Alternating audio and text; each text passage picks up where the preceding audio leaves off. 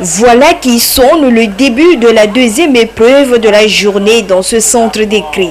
Il s'agit bien de l'examen écrit pour le compte du BEPC blanc, session d'avril 2022.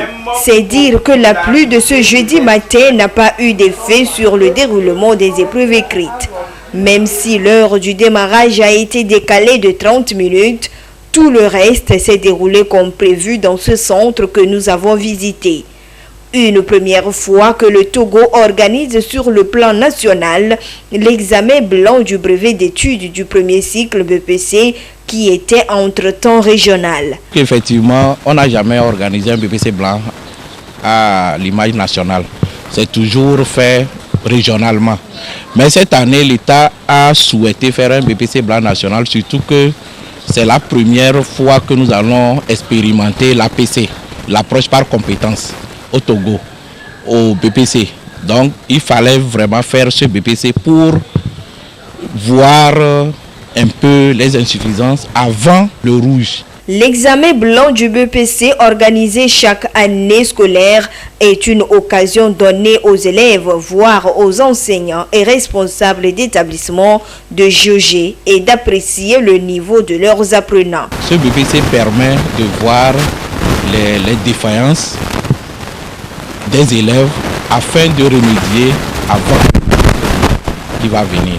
C'est un BPC qui est organisé sur le plan national et les résultats aussi seront proclamés comme si c'était un BPC rouge. Donc ils sont dans la peau d'un BPC rouge. Les épreuves, ce ne sont pas les enseignants qui l'ont composé. C'est l'État même qui a composé les épreuves. À chaque matière, il faut aller chercher les épreuves pour venir. Donc c'est exactement dans les mêmes conditions que le BPC rouge qui est organisé habituellement. Pour les candidats à cet examen, c'est un moyen de plus permettant de mieux préparer les écrits de la fin d'année scolaire.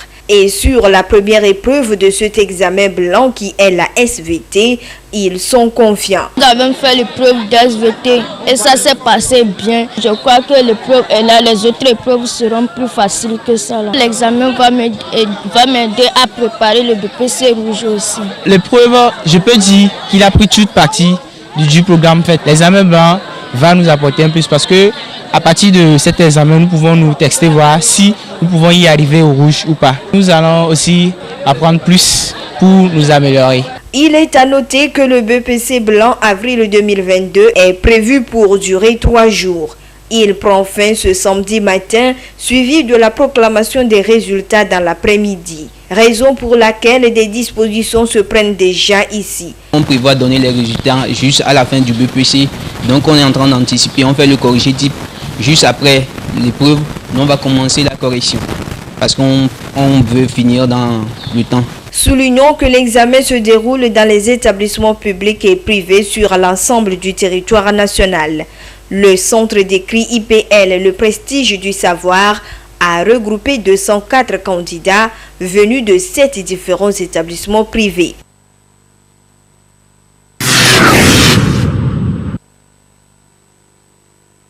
C'est la grande saison des pluies ici dans le sud Togo. Une saison qui s'étend de mars à mi-juin.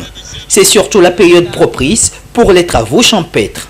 Ici à Kégué, ils sont nombreux ces hommes et femmes agriculteurs qui profitent de l'occasion pour mettre sous terre leurs semences. Et selon eux, certains types de semences sont seulement recommandés pour cette période. On commence par semer les maïs, on plante les maniocs. Si le mois finit, on va commencer par planter les tomates.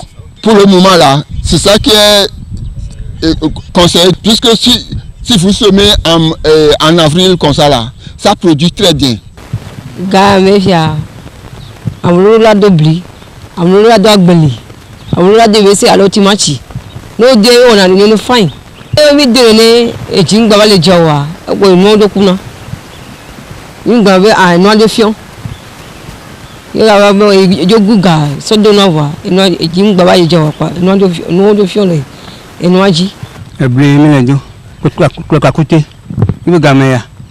Nemo de ne ti anchi kwa. Une chose est de semer, l'autre est de suivre l'évolution de la semence. Pour permettre une bonne évolution des semences, un certain nombre de conditions est à respecter. De temps en temps, on cherche les caca de cochon, on verse dans le champ, hein, on fait le sillon et puis ça produit correctement.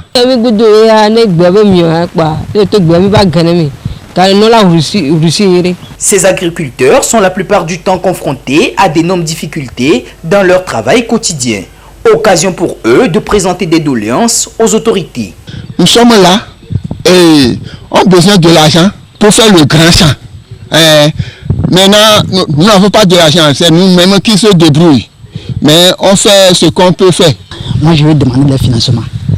Les financements, et nous-mêmes, on doit rentrer dans les fermes, chercher des grands espaces et acheter, ou soit louer. Maintenant, s'ils nous donnent des financements, comme ça, on doit acheter l'engrais, en gros. Et aussi, s'ils nous donnent aussi des tracteurs, aussi, ça devrait nous faire plaisir. Puisque si on a des grands espaces, qu'il n'y a pas les arbustes, on peut travailler avec les tracteurs pour pouvoir gagner beaucoup. Un adage dit que la roue ne trompe jamais.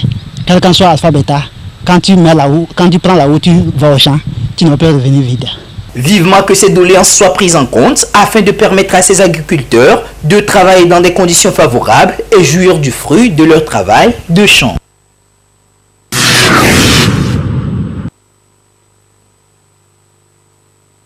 Le centre médico-social d'Adéti-Kopé est reconnu désormais comme formation sanitaire qui offre des services et des soins de qualité en matière de la planification familiale.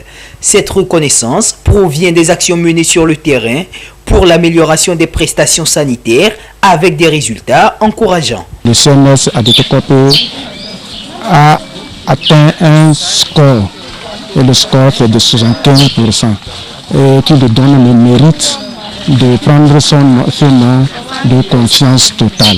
Des choses qui ont changé parce qu'avant, le planning familial se faisait les jours ouvrables.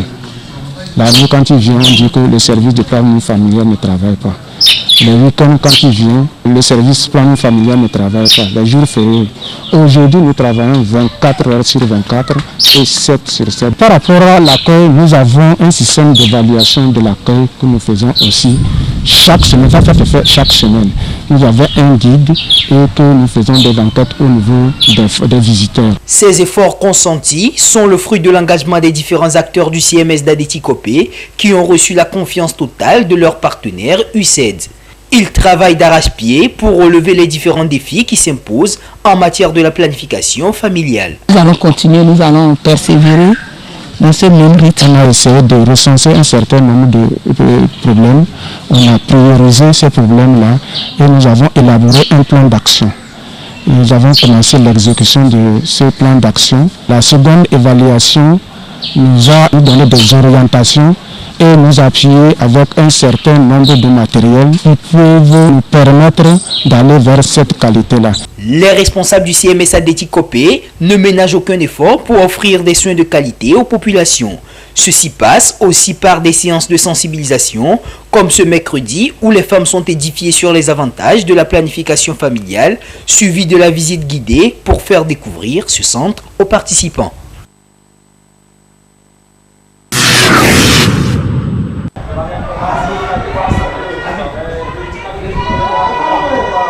Troisième journée des playoffs du championnat national de football de première division, le Dynamique togolais recevait ce mercredi au stade de Kégué les Cornes de la Bina.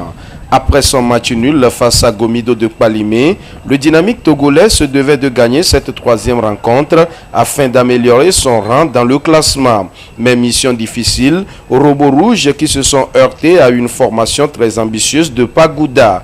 Les Cornes de la Bina, requinqués par la victoire de la journée précédente, tiennent la dragée haute à leur adversaire du jour. Plusieurs occasions vont s'offrir aux deux formations, mais rien ne sera marqué jusqu'au coup de sifflet final. 0 but partout, l'on se contente du point du nul. Je pense que c'est une partie égale. Et le match nul, c'est bien parti pour les deux équipes. Comme on le dit, l'appétit vient mangeant.